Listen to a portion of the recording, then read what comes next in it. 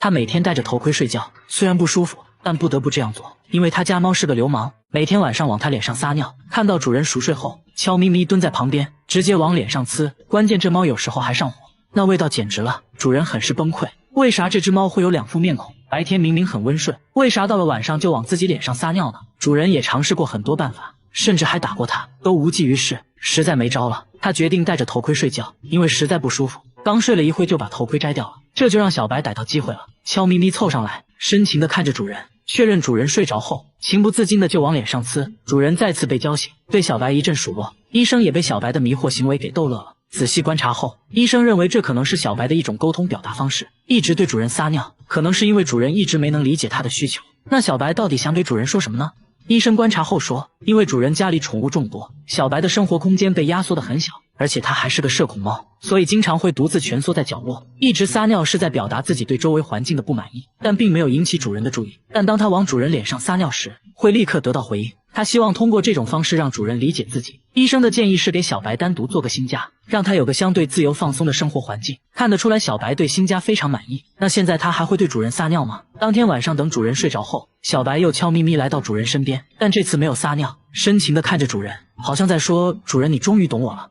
他在厕所偷偷装监控，正对着马桶，看到了让人哭笑不得的一幕。每次他半夜去厕所，马桶里总会出现没有冲的尿，关键家里就他一个人，而且自己都会随手冲马桶，窗户都安装了防盗窗，根本不可能有人能进来。这怪异现象搞得他精神崩溃，甚至怀疑是被什么不好的东西缠住了。他现在半夜都不敢上厕所，有次实在尿急，蹑手蹑脚的来到厕所门口，就看到一个黑影闪过，这黑影有点似曾相识，这下他更怕了，硬是憋到了天亮才去厕所。不出意外，厕所又出现了没有冲的尿，看尿的颜色，这东西啊还有点上火，实在没招了，只好在厕所偷偷安装了监控。一夜过后查看监控，终于找到了罪魁祸首，这一切竟然是他家的猫干的。现在猫都会上厕所了吗？大叔无奈一笑，说等他上厕所你就知道了。等了好久，猫咪都没有要上厕所的意思，倒是主人来了尿意，刚来到厕所，猫就跟了过来，直接跳上马桶，像人一样蹲在那里，表情十分严肃。大叔说自己从来没训练过它，那他为啥会在马桶上厕所呢？专家表示，猫喜欢模仿主人的行为，如果你们关系很好，猫会表现得像人一样，以此来得到更多喜爱。这样一来就说得通了。小猫就是主人收养的流浪猫，之前主人上厕所，猫就会蹲在厕所里仔细观察，可能慢慢的就学会用马桶。大叔表示，如果他用完能冲一下就更好了。大爷每天买一瓶白醋却从来不吃，出门都要随身携带。跟他来到家里，就看到他把白醋和食用油都放在了厕所里，还没等大家反应过来，他就把洗洁精挤在毛巾上，开始全身涂抹。看得出来大爷是个狠人，这是把洗洁精当沐浴露用了。随后拿水一冲就算是洗完了，接着倒了点白醋，均匀涂在脸上，拍打拍打促进吸收，瞬间整个厕所都弥漫着一股难以言说的味道。最后他又开始往身上涂抹食用油，原来这就是大爷的护肤三部曲，13年来都是这样护肤的。接着他还偷偷告诉记者一个秘诀，那就是白天要用玉米油，晚上用花生油，这样保湿效果最好。你还别说，确实溜光水滑的，感觉现在就缺个烧烤炉了。看到摄像小哥有点心动，大爷极力推荐小哥试试，按照大爷的流程搞了一遍，看得出来他不是很开心。白醋对他来说不仅可以用来洗澡，还可以刷牙，说护龈效果棒棒的，口气都变得清新了呢。道理我都懂，但刷牙就应该用牙膏啊。大爷摆出一副没见过世面的样子，说牙膏有别的用途。啥用途呢？只见他往手上挤入半管薄荷味牙膏，接着就往头上抹，你别说泡沫还挺丰富。大爷说这样洗完能持续清爽好几天，工作时也要随身带着白醋，没事就拿出来抹一抹，看电视也不能闲着。连妻子都不能理解大爷的奇葩操作，直接把妻子熏走了。为了达到更好的保湿效果，他还会把食用油和醋倒在纸巾上，搞了个自制面膜。有一说一，大爷的皮肤看着确实挺细腻的，但这样护肤真的好吗？大家带他来医院，并没有检查出任何问题。由于大爷年龄大了，如果继续这样操作，皮肤可能会恶化。这种护肤方式好不好不知道，反正我感觉挺入味的。他们把面粉均匀撒在厨房地板上，接着又偷偷安装了摄像机，本想找到在厨房搞破坏的罪魁祸首，结果却拍到了让人头皮发麻的一幕。起因是好好的橡胶手套，只要在这家餐厅后厨放一晚，就会被撕得粉碎。怕大家不信，下班前店主又摆上了几双新手套，锁上了唯一的大门。第二天一大早就看到店主和员工聚集在了门口，店主说自己一个人不敢进厨房，等人聚齐后才敢开门。真有这么夸张吗？大家一起来到后厨，记者也被震撼到了。好好的手套变得破败不堪，碎片散落一地，像是被腐蚀了一样。你要说有小动物的话，那它肯定会破坏食物，不可能没事去咬手套。你要说是有人故意破坏的，那也不太成立。橡胶手套根本扯不动，即使用剪刀剪过的痕迹太过规则，也做不出这种粉碎的效果。那到底是怎么造成的呢？大家越猜店主越慌，最后大家想出一个办法，把面粉均匀撒在地板上，边边角角也不放过，又安装了摄像机，不管是人是鬼，这次一定能找到这个罪魁祸首。第二天大家一起来到后厨，不出意外手套又被撕成了碎片，关键地上干干净净，一个脚印也没有。这下大家更慌了，难不成真有那东西？大家赶紧查看录像，发现手套在没有任何外力的情况下，自己慢慢开始分解腐化，整个过程显得很自然，画面说不出的诡异，大家不由得后背发凉，赶紧寻求专家帮助。专家认为这是一种化学反应，橡胶手套是被氧化剂破坏的，这种氧化剂应该就是臭氧。许多厨房都在使用臭氧对食物进行消毒，白天排风扇会把臭氧抽到室外，但晚上排风扇不工作，臭氧就聚集在了厨房，随着浓度升高，橡胶手套就被氧化，从而老化断裂。为此，专家还做了个实验，密闭空间内，当橡胶手套接触到臭氧后，很快就被氧化掉了。专家说，只需要晚上也保持通风，把臭氧排到室外，就可以防止类似的事情再次发生。店主乖乖照做，晚上也打开了排风扇，果然第二天手套真就完好无损，省流。氧化反应。大妈来买香蕉，商贩却觉得她有病，只见她拿香蕉在裤子上蹭2下，直接带皮一起吃，这把商贩看得目瞪口呆，问她为啥要吃香蕉皮，她也不解释，觉得香蕉皮不过瘾，直接吃起了生板栗，看样子味道也不错，2口就能吃下一个。卖了这么多年水果，商贩哪见过这个，直接送给他了一些。回家后，他就把带皮的水果挨个洗干净。猕猴桃带皮吃，这个我还能接受；橘子他也带皮吃，哈密瓜也是。但更夸张的是，连鸡蛋都带壳吃，这我就接受不了了。闺蜜都很担心她，叫她来吃顿好的改善一下。没想到放着一桌子美食不吃，大妈却吃起了闺蜜吃剩的蟹壳，边吃还边嫌弃，说螃蟹还是生的好吃，吃的不过瘾。接着又把闺蜜吃剩的鱼骨头用苏子叶包起来，几口就吃了下去。不得不说，大妈嘴是真硬。到目前为止，带皮的东西没有什么是大妈不能吃的。那她到底为啥要吃皮呢？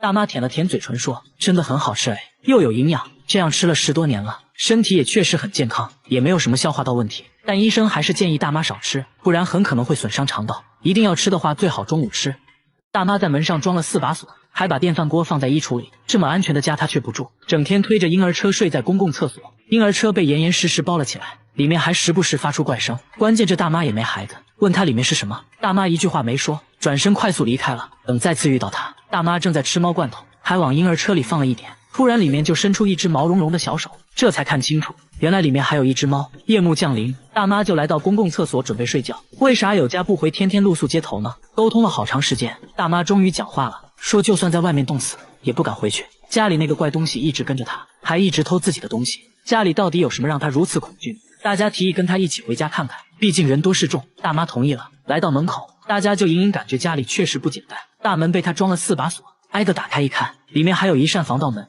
上面还有2把锁。刚进来，大妈就赶紧用柜子挡住了门。屋里窗帘紧闭，没有一丝光亮。她甚至把电饭煲放在了衣橱里，说是怕有人偷。但真的有小偷吗？在大妈的同意下，大家安装了摄像机，看能不能抓到她说的那个怪东西。1夜过去了，没发现小偷，却发现了大妈的反常行为：整夜不睡觉，在屋里来回走动，还时不时跪在地上做着奇怪的动作。白天大家问她为啥不睡觉，她指了指天花板，说那个怪东西就躲在天花板上，整夜嘲笑她。听到这里，大家就知道怎么回事了，8成又是心理问题。在当地相关机构的帮助下，大家说服她接受治疗。一番交流下来，医生说大妈患有精神分裂症和妄想症，会时不时出现幻听，应该是由于父母过世对她打击过大导致的，只要治疗得当，还是能好起来的。最后大妈也意识到了自己的问题，说会好好配合治疗，几个月后再见到她，精神面貌已远超过去，成为了一个正常人。大叔染上怪癖，每天包里装着一瓶醋和一把铁锤，一到晚上就偷偷行动。零下10度的天气，他却赤裸着上身，从包里掏出铁锤，大喊一声，直接朝肚子上重重砸去。就这么一直敲了几分钟，直到肚子变红才停下。大叔还觉得不过瘾，还让小哥拿铁锤敲一敲，这可是货真价实的铁锤啊！问他为啥要伤害自己，大叔却轻蔑一笑，接着从包里掏出了一瓶醋，倒上满满一杯，一饮而尽。真的是奇怪，跟他来到家里，他从冰箱拿出2个冰冻的苹果招待大家，把苹果放地上，徒手就给劈开了，说这样比较好吃。虽然大叔看着一身的暴力，但其实是个钢琴老师，满手老茧却弹了一手好琴，看着完全就是2个人。为什么会有这么奇葩的组合呢？这时大叔说出了自己的故事，他从小患有小儿麻痹，即使做过2次手术也没能恢复，从小被朋友孤立，这让他很自卑。直到有一次在小伙伴面前单手劈断了一个木棍，小伙伴都惊呆了，这让他找回了自信，于是就开始刻意训练自己的力量，开启了这种独特的运动方式，而且医院也去过了，内脏啥的确实没问题，这下可以安心的继续锻炼了。大家千万不要模仿哦，在这个村子睡觉必须要戴耳塞，否则凌晨就会醒来。还要在本子上记录着醒来的时间。他们都是被一个怪声吵醒的。每到凌晨，整个村子就会传来龙的叫声，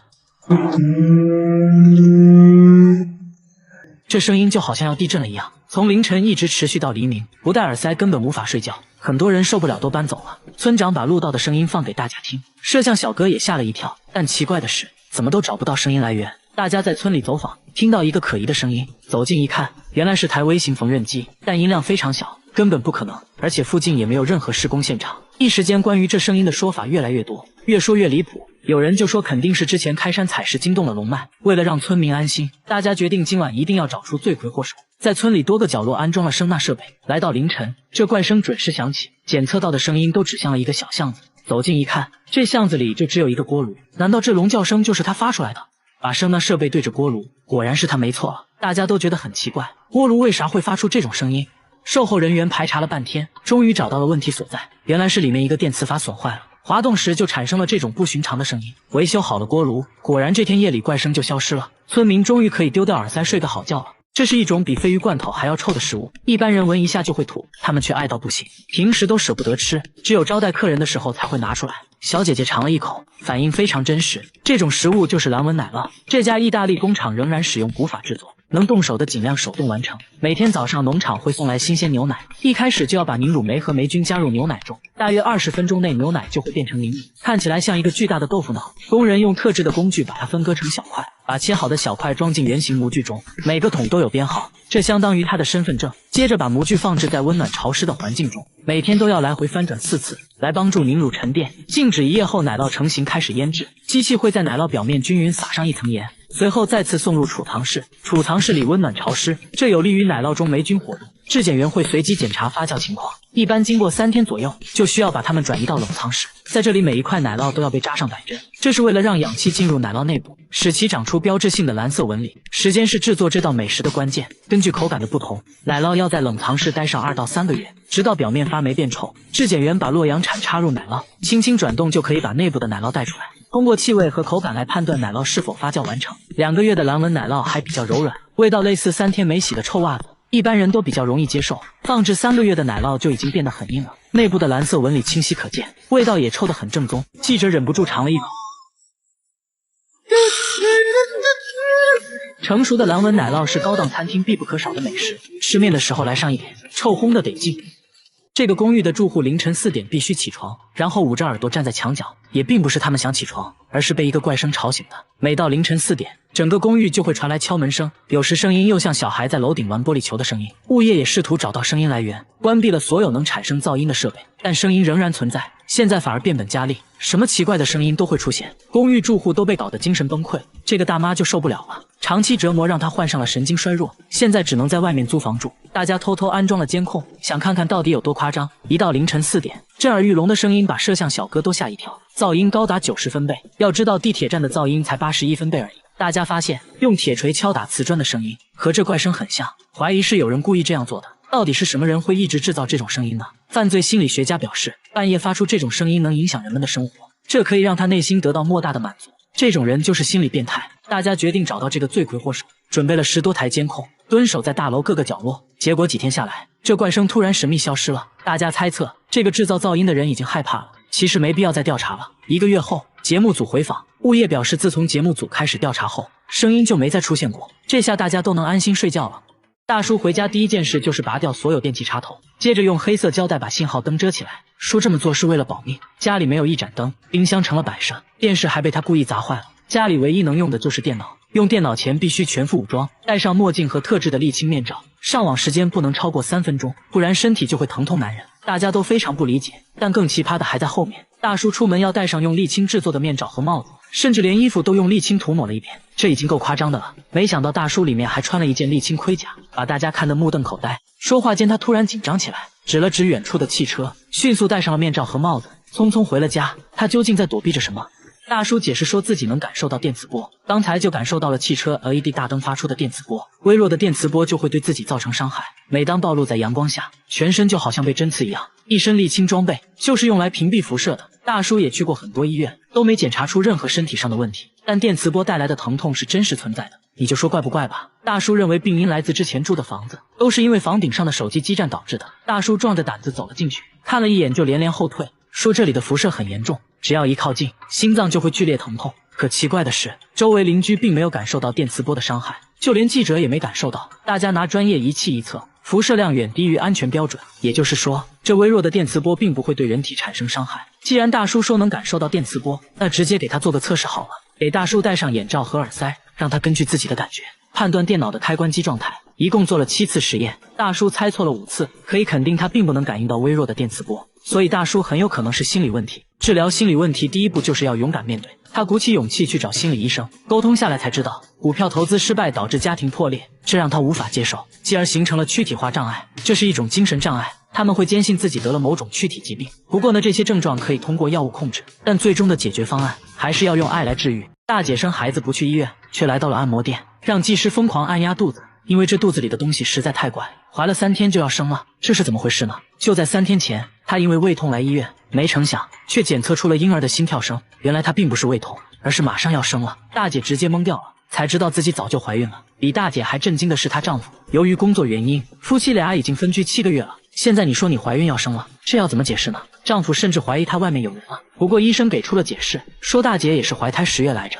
只是她不知道而已。大姐说，虽然肚子确实大了一点，她就单纯的以为自己胖了，还特意去做了减肥按摩，就是专门按肚子的那种。就算是这样，那肯定有一些怀孕的症状吧，就比如例假肯定没有了吧。大姐说例假确实一直没来，但自己这方面一直不规律，所以也没在意。不得不说，大姐心是真大。后知后觉的大姐非常自责，只希望孩子能平平安安的。不过意外还是出现了，生产过程中脐带缠住了宝宝的脖子，情况十分危急。好在经过几个小时的手术，最终大姐顺利生产。孩子有个这样的妈，能活下来还真是个奇迹。大叔把西瓜供了起来，每天还要给西瓜烧香磕头，甚至还带他去做了 CT。据大叔说，这西瓜成精了，当时买的时候好好的，瓜农也说这瓜保熟，没想到仅仅过了1个晚上，它就长出了嫩芽，生长速度肉眼可见，西瓜表面没有任何腐烂的迹象，嫩芽是硬生生从里面顶出来的。自从西瓜发芽后，他家里还发生了很多神奇的事，感觉身体都变年轻了，认为这些都是西瓜带来的好运。这下好了，大叔更不敢吃了，直接供了起来，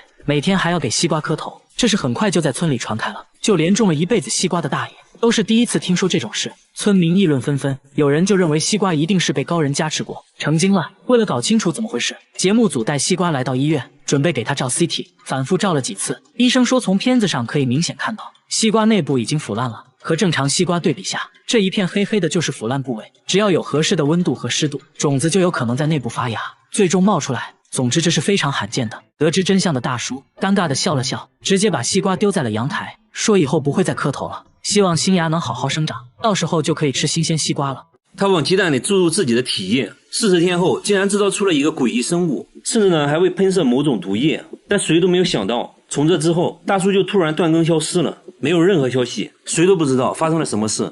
大叔呢是一名俄罗斯炼金术士。实验开始，先找来了1颗未受精的鸡蛋，然后呢把自己的体液注射到了鸡蛋里，用胶带密封后放进了塑料盒，接着套上帽子用来保温，期间避免光照。40天后，大叔打开盖子，一股恶臭袭来。打开鸡蛋后，里面赫然出现一个黑不溜秋的东西。就在这时，这东西突然动了起来，朝大叔喷射了某种液体，手臂都被灼伤了。大叔吓坏了，医书本就给拍死了。看着血肉模糊的一滩，大叔怀疑制造出了一个异形，但是呢他并不放弃，决定继续实验，一次性做了5组进行对比。他穿上防护服，逐个打开，结果呢所有鸡蛋除了腐败以外，没有出现任何生命体。他也不知道哪个环节出了问题。之后的一段时间，他又做了很多实验，终于出现了一个看起来很完美的生命体。他把这东西放在水里饲养，头部还长出了一个类似触角的东西。几天后可以看到这东西变大了很多，敲击玻璃还会做出反应，甚至呢开始吃肉。肉丁刚放进去就被他吸进了体内。更奇葩的是，在给他喂食的时候竟然有触电的感觉，用万用表一测，果然有电。于是呢大叔给他取名皮卡丘。为了对比观察，大叔又制作出了另一个不同形态的生命体。这个生命体呢没有嘴巴，完全靠皮肤吸收营养，体型类似海星，于是给它取名海星。经过几天的喂养，海星竟然长出了眼睛，眼球还会转动。大叔决定把皮卡丘和海星放在一个容器里，看会发生什么。刚开始呢他们只是静静的待着，互不干扰，但接下来神奇的事情发生了。皮卡丘的头部和海星的身体融合在了一起，而且呢皮卡丘也开始放电。他怀疑这是皮卡丘在攻击海星，但过了1天他们还是这个状态，海星呢也没有死掉。大叔认为他们并不是互相攻击，更像是在配对。又过去了几天，两个生命体已经完全融合到了一起，变成了一个全新的形态，甚至呢还长出了耳朵，触碰一下，这东西瞬间会做出反应。最终呢，生命体的形态变成了一个类似大海葵的东西，嘴巴里竟然长出了牙齿。大叔给这个全新的生命体取名叫肖格斯，但是呢，发现它并不吃肉，只吃胡萝卜。接着呢，又过了几天，大叔发现肖格斯突然开始吃肉，并且呢，对人类血液的味道非常敏感。随着肖格斯一点点长大，他开始不间断地吐出一些液体。为了搞清楚这到底是什么，大叔对水质采样检测，先测量了 pH 值，显示呢是一种碱性的液体。把液体倒进植物里，很快呢，植物就枯萎了，说明肖格斯吐出的液体很有可能有毒。这天呢，大叔突发奇想，放进去一条鱼，看会发生什么。没想到在鱼接触到肖格斯的一瞬间就死掉了。同时呢，大叔也被电了一下。大叔用棍子刺激肖格斯，在肖格斯做出反应的瞬间，电压就发生了变化。也就是说，肖格斯结合了之前两个生命体的全部特征，会喷射毒液和放电。但谁都没有预料到，这竟然成了大叔发布的最后一期视频，之后就突然消失，没再更新过。谁都不知道发生了什么事，但很快有其他博主质疑他造假，还根据他的流程实验了好几次。鸡蛋除了逐渐腐烂以外，并没有产生任何生命体。他认为人类 DNA 不可能和鸡的 DNA 融合，这种方法是不可能创造出生命的。你认为大叔制作出来的生命体是真的吗？比他更夸张的是下面这位大姐，她全身没有骨头，把手固定在凳子上，她可以围着凳子转圈，正常人手臂只能转200度左右，她却能轻轻松松转360度。用圆规画圆也能一气呵成。不论是弹钢琴还是开车，一只手都游刃有余。然而他身体其他部位却非常僵硬，脚踝能转动的幅度很小，把腿绷直，双手也够不到地面。他觉得是因为自己手臂没有关节，所以才能旋转360度。这怎么可能呢？来医院一查，关节还是有的，只不过他的肩关节和肘关节活动范围比正常人大，所以才能进行360度旋转。他只是张张嘴，就把所有人吓到花容失色，因为他天生就有个长舌头，足足有10厘米，和朋友一对比，感觉比别人长1倍，舌头可以轻轻松松舔到鼻子，酸奶都比别人吃得快，不借助任何工具，杯底被舔得干干净净，狗见了都流泪。之所以有这么长的舌头呢，一方面是遗传，另一方面是经过他长期训练，舌头附近的肌肉很发达，能很好的控制舌头。经过测量，足足有10厘米，确实挺奇葩的。这个健身器材会自己运动，周围没有人，也没有一丝风，它却持续摆动了10分钟，仿佛有人在上面锻炼一样。旁边还经常出现一只黑猫，死死盯着健身器材，器材一动黑猫就叫，看起来非常瘆人。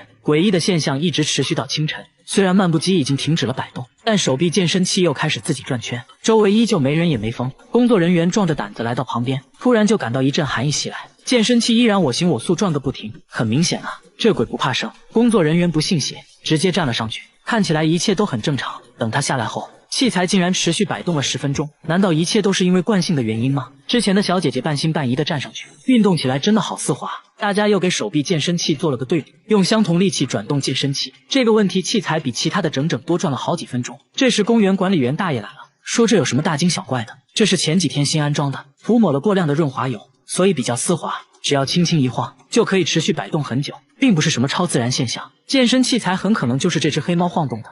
他在厕所偷偷装监控，正对着马桶，看到了让人哭笑不得的一幕。每次他半夜去厕所，马桶里总会出现没有冲的尿，关键家里就他一个人，而且自己都会随手冲马桶，窗户都安装了防盗窗，根本不可能有人能进来。这怪异现象搞得他精神崩溃，甚至怀疑是被什么不好的东西缠住了。他现在半夜都不敢上厕所，有次实在尿急，蹑手蹑脚的来到厕所门口，就看到一个黑影闪过，这黑影有点似曾相识，这下他更怕了，硬是憋到了天亮才去厕所。不出意外，厕所又出现了没有冲的尿，看尿的颜色，这东西啊还有点上火，实在没招了，只好在厕所偷偷安装了监控。一夜过后查看监控，终于找到了罪魁祸首，这一切竟然是他家的猫干的。现在猫都会上厕所了吗？大叔无奈一笑，说等他上厕所你就知道了。等了好久，猫咪都没有要上厕所的意思，倒是主人来了尿意，刚来到厕所，猫就跟了过来，直接跳上马桶，像人一样蹲在那里，表情十分严肃。大叔说自己从来没训练过它，那他为啥会在马桶上厕所呢？专家表示，猫喜欢模仿主人的行为，如果你们关系很好，猫会表现得像人一样，以此来得到更多喜爱。这样一来就说得通了，小猫就是主人收养的流浪猫，之前主人上厕所，猫就会蹲在厕所里仔细观察，可能慢慢的就学会用马桶了。大叔表示，如果他用完能冲一下就更好了。大叔养了一屋蚊子，竟然是为了给孩子吃，用网兜在墙上这么一搂，就抓了满满一袋，但这仅仅是孩子们的开胃菜，还说孩子最爱吃的其实是苍蝇。接着他来到一个塑料桶前，说这一桶就是孩子的主食，掀开盖子，那味道比鲱鱼罐头还要臭，绿头苍蝇漫天飞舞。大叔说这是10天前买的鸡肠子，在室外整整发酵了10天，就生成了这些苍蝇。那到底是什么样的孩子会喜欢吃这些东西呢？大家好奇地跟着大叔来到一座大棚，大叔把抓到的蚊子全放了出来，瞬间就跳出来了上百只树蛙。原来他口中的孩子就是这些树蛙，小小的一只非常可爱，抓蚊子也是一把好手，一口一个那是真香。随后大叔又把苍蝇放了出来，看得出来树蛙确实挺爱吃，口感比蚊子好多了，一口下去还会爆浆。大叔一共养了3个大棚的树蛙，一座大棚里就有1000只。他说养树蛙纯粹是因为喜欢，自己把树蛙当成了孩子。树蛙也都很喜欢大叔，只要大叔出现，树蛙就会跳到他身上，很快身上就爬满了10多只。不仅如此，他在家里也养了一缸，就连吃饭也和树蛙一起。大叔说这样才有食欲。家人都不理解大叔的爱好，尤其是儿子，和树蛙比起来，感觉自己不是亲生的。她一觉醒来，发现被丈夫用手铐锁在了床头。这是要玩什么游戏啊？旁边的丈夫一言不发，举起手枪把自己给爆头了，瞬间血浆射了她一脸。丈夫倒在她怀里，神经病啊你！小丽把丈夫推下床，想要逃走，却发现手铐原来是和丈夫铐在一起的。她把手缩成一团，想要从手铐中挣脱，但根本不行。这下她慌了，他们所在的地方是野外度假屋，周围一个人没有，她挣扎呼喊也无济于事。这时她看到了床头的座机，刚拨完119，却发现根本没有信号。接着她捡起丈夫自杀用的手枪，这下好办了，对着手铐来一枪不就行了？结果里面没子弹了。随后她拖着丈夫想要去其他房间找开锁工具，在衣帽间看到了一件婚纱，把婚纱拿下来，后面竟然是一个保险柜。她没有多想，现在只想逃生。她把丈夫放在婚纱上，这样拖丈夫就顺滑多了。她准备下楼继续寻找工具，一个没注意，两人一起摔下楼，来到客厅翻找自己的手机，却发现手机泡在了花瓶里。完蛋了，这肯定不能用了。她把手机捞出来，擦干水分，开机试试吧。没想到啊，手机竟然还能还是不行。来到厨房，什么工具都没有，她不能坐以待毙，用婚纱把脚包起来，拖着丈夫来到车库。刚启动车辆没一会儿，车就熄火了。原来油箱已经被抽干了，这到底是什么情况？绝望之际，丈夫突然说话了，原来是丈夫提前录制好的音频。丈夫说这一切都是自己安排的，因为他知道了小丽和别人打扑克牌的事，所以想要报复小丽。但是我想说，你自杀是几个意思啊？杀敌800，自损1000，完全没必要啊！小丽现在也是懵的一逼。随后她再次来到客厅，这时门外传来一阵敲门声，分不清是敌是友。她上前把门锁了起来，门外传来熟悉的声音，原来是丈夫的同事，也就是自己的牌友小黑。小黑说：“为什么不开门啊？明明是你发短信让我来的啊！”小丽这才意识到，短信应该是丈夫拿她手机发的。打开门，小黑就看到死去的小丽丈夫。小丽把今天发生的事都告诉了小黑。小黑突然想起来，昨天她丈夫被指控涉嫌犯罪，这意味着她丈夫很有可能要进监狱了。瞬间，一切真相大白，她丈夫不想活了，于是准备拉他俩垫背，自杀后嫁祸给他俩。他们现在要做的就是赶紧报警。就在这时，不远处来了一辆车，小黑让小丽锁上门，自己出去看一下什么情况。车上下来2个男人，自称水管修理工，趁小黑不注意，直接一刀解决了小黑。原来这2人也是丈夫安排来杀掉小丽和小黑的。2个杀手开始寻找小丽，小丽躲在墙后不敢出声。趁他们不注意，小丽拖着丈夫从后门溜了出来，来到仓库找到一把钝器，就开始砸手铐，不小心就砸掉了丈夫的手指。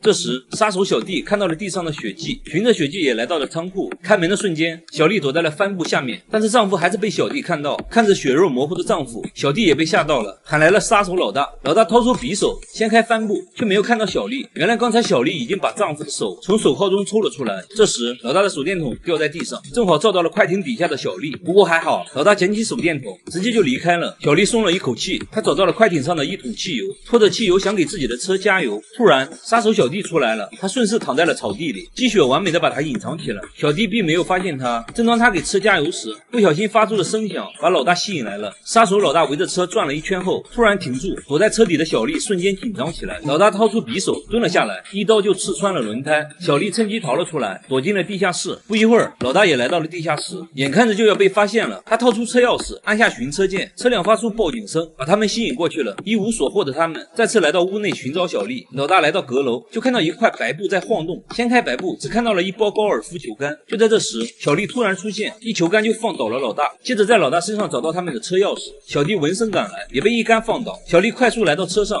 锁上车门，刚启动车辆，老大就打破了车窗，把小丽拖了出来，随后带到卧室。原来小丽丈夫给杀手的报酬是钻石，钻石就锁在保险柜里，保险柜需要丈夫的指纹和小丽的密码加在一起才可以打开。在问出密码后，再用她丈夫的指纹成功打开了保险柜，里面却没有钻石，只有一把锯子，上面写着钻石在小丽的项链里。接着小丽想要把丈夫送的项链取下来，没想到项链面是特制的，根本取不下来。老大突然意识到，原来这把锯子是用来锯头的。小弟觉得这样实在太残忍了，于是和老大争吵起来，不小心就被推到了墙上，后脑勺撞到墙上的挂钩，小弟就这样死了。就在这时，小丽拿起旁边的匕首和老大扭打在一起。危急时刻，她拿起旁边的钳子，把老大打晕了，用备用手铐把老大和丈夫锁在了一起。小丽飞速来到车上，一脚地板油就冲了出去，不料地太滑，没控制住，车就撞到了仓库。没办法，小丽只能在冰面上继续爬行。这时，老大拖着尸体也追了上来，一把就抓住了小丽。两人再次扭打在一起，冰面承受不住三人的重量，裂开了，随即三人都掉进了水里。冰面之下，小丽趁机用匕首解决了老大，她游了上来，却找不到出口了，看样子凶多吉少了。就在这时，一把匕首刺穿冰面，紧接着小丽破冰而出，她成功实现自救。夏日炎炎，看这部电影真心凉快。我是岳贝，下期见。他跟着缉毒犬来到房子前，打开门就看到了屋里藏满了毒品，足足有 1.5 吨。他作为缉毒队里的一名翻译，没什么好说的，当即就决定私吞，戴上手套就开始往车上搬运毒品。无奈车太小，装满后备箱后只能先拉一趟回家，把毒品藏到公寓地下室。紧接着又开来一辆50红光，把剩下的毒品装上车溜了。路上还遇到了前来取毒品的大毒枭，还好没被发现。看着地下室满满的毒品，他现在要做的就是赶紧把毒品卖出去。第一步，先去超市买了点钞机和变声手机。第二步，利用在警局监听毒贩的便利条件，顺利找到了急着买货的毒贩大胖。第三步，网上买了头巾，一番乔装打扮，心花怒放，狗子见了都说旺。两个阿拉伯毒贩也是看得目瞪口呆，金姐给了他们一包样品，谈好了价格。毒贩大胖试货后非常满意，决定和金姐来一次正式交易。金姐把交易地点定在了监狱附近，她带着验钞机当场验钞。这一波操作再次把毒贩整得目瞪口呆。这时一辆警车经过，两个毒贩吓得不知所措。只见金姐淡定的和警察打了个招呼，毒贩两兄弟再次被金姐折服。紧接着来到第二次交易，金姐用编织袋装毒品，坐公交车来到一家超市，大胖拿来满满一包现金，一手交钱一手交货，完事后再把手机丢掉，又是一次愉快的交易，钱越来越多。为了不引起注意，他找到正在跳广场舞的房东，房东是一位中国温州大妈。金姐想让房东帮忙洗钱，房东痛快的答应了。与此同时，大胖兄弟俩巨大的出货量引起了警方的注意，警方开始监听追查大胖。在警局工作时，金姐不断用错误的翻译信息误导警察的追查方向，警方的工作毫无进展。他决定不能再和大胖电话联系了，不然迟早会被发现。于是他们现在通过游戏语音联系，交货方式也改变了。他把一包毒品存放在超市储物柜，把钥匙放在饼干包装里，再把饼干放在货架第3排的位置，接着若无其事的购物。随后毒贩大胖来了，避开摄像头，拿到了第3排的饼干钥匙，接着把现金粘到包装上，再次放回原处。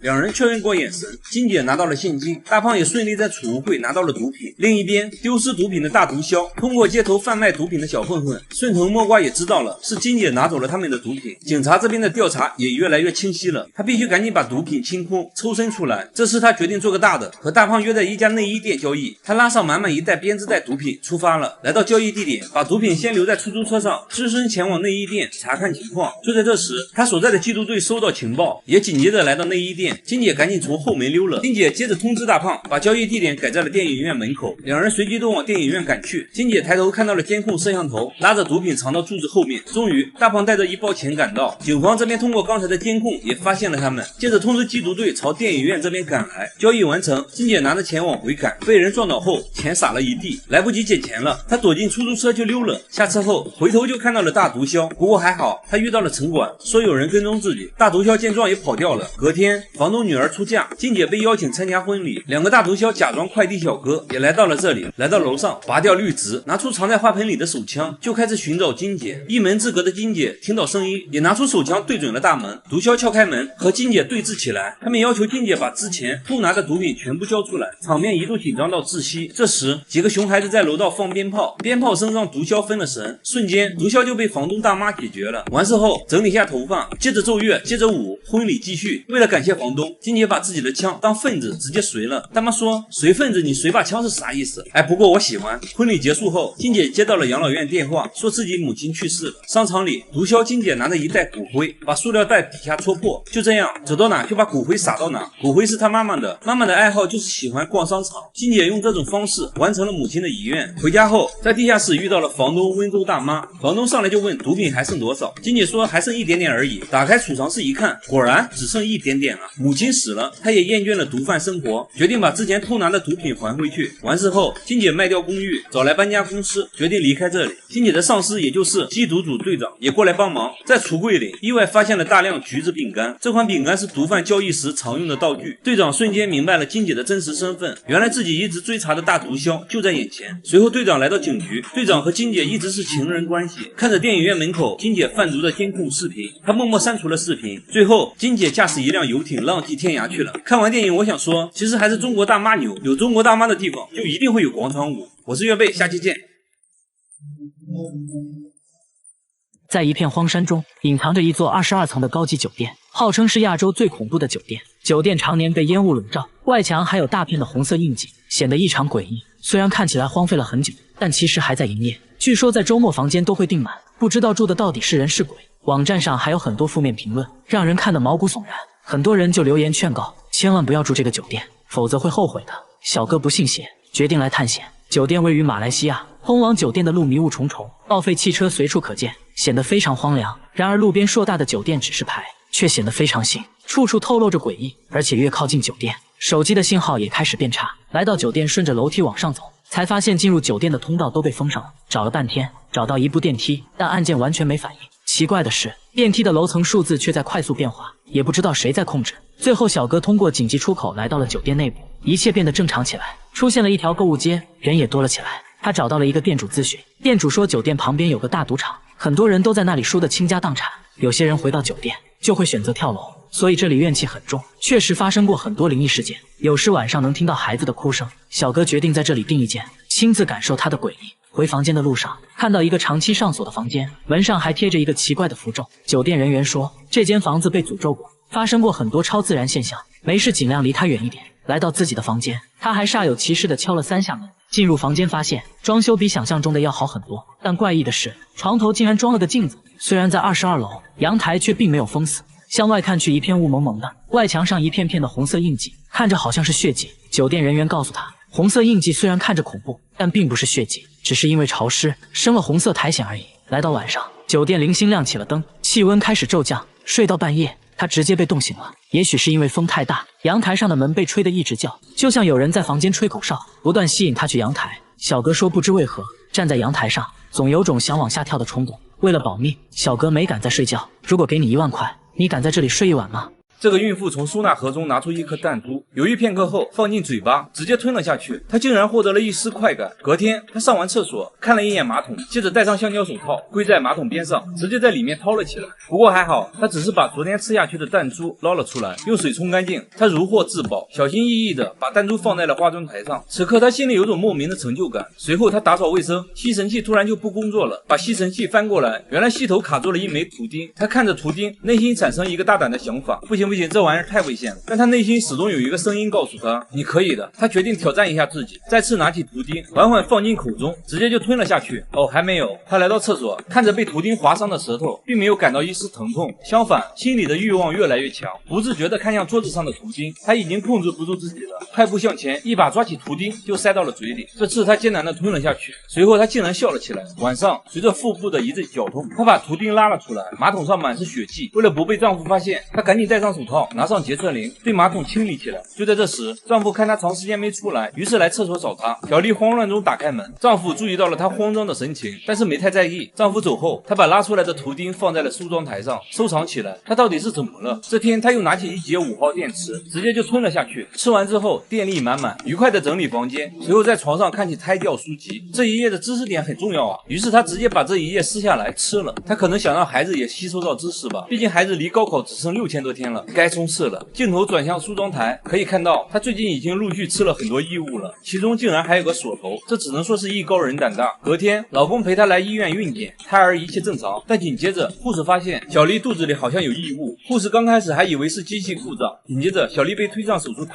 胃镜缓缓深入她口中，不一会儿就取出一个曲别针，还有电池和陀螺。回家后，丈夫大发雷霆，才知道小丽有异食癖，接着把家中零碎的小物件都丢了。心理医生安排上后，定期对小丽进行化化疗，还请了一个男看护，24小时监视小丽。即便是小丽上厕所，男看护还是要对她进行搜身，防止小丽在厕所吞食异物。来到厕所，小丽跪在马桶旁，掏出了藏在马桶下的零食，拿出一枚铁钉，迫不及待的直接吞了。这一刻，她得到了极大的满足。晚上，丈夫生日，在家里举办了生日派对，结果丈夫把她异食癖的事告诉了大家。小丽感觉羞愧难当，但丈夫根本不在乎她的感受。不过还好，丈夫晚上向小丽道了歉，两人打了几局扑克牌后重归于好。小丽按约定去见了心理医生，在心理医生的引导下，小丽终于说出了她的秘密。原来小丽是母亲被人强暴后的产物。白天，小丽在后院种植花草，她抓起一把泥土，越看越像奥利奥税。她知道护工正在背后监视她，于是假装很淡定的又把土放了回去。在她上楼准备洗漱时，却意外听到心理医生把自己的所有秘密都告诉了丈夫。小丽瞬间崩溃了，她变得异常焦虑，她爬到床底，想要获得一丝安全感。这一幕被护工看到，护工也钻进床底陪着小丽。半夜，小丽醒了过来，翻箱倒柜找到一把螺丝刀，这也太夸张了吧！但她已经忍不住了，放进嘴里吞了下去。她痛苦地倒在地上，被护工发现时，小丽已经奄奄一息，接着被送进了医院，螺丝刀被取了出来。出院后，家人决定把小丽送进精神病医院。在家人的逼迫下，小丽签了字，同意入院。临出发时，小丽谎称手机充电器忘拿了。回到房间后，她想要逃走，护工也不忍心看她进医院，决定帮她一把，从后门放走小丽后，紧接着护工来到厕所，打开厕所窗户，拧开水龙头，先反锁厕所门，再把门带上，营造成小丽自己从厕所逃跑的假象。丈夫见小丽迟迟没有出来，撞开厕所门就发现窗户开着，才知道小丽逃走了。逃出去的小丽拦了一辆车，来到一家宾馆，她顺手在路边还抓了2把土，装进了口袋。现在已经没人可以管自己了，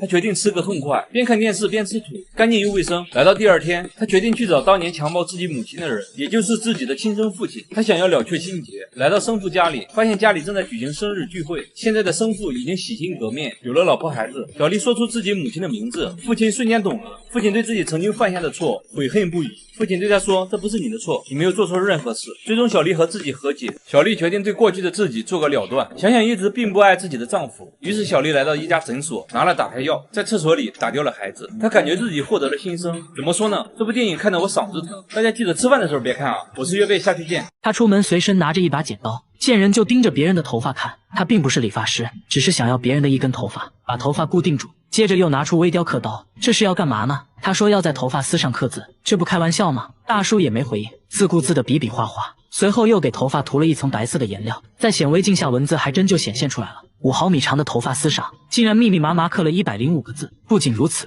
他还可以在沙粒上刻字，也能在5厘米的石板上写一部千字文。这可不是一件简单的事，他需要2年才能全部完成，期间要更换20多种刻刀，比硬币小很多的铁块上也能刻800多个字。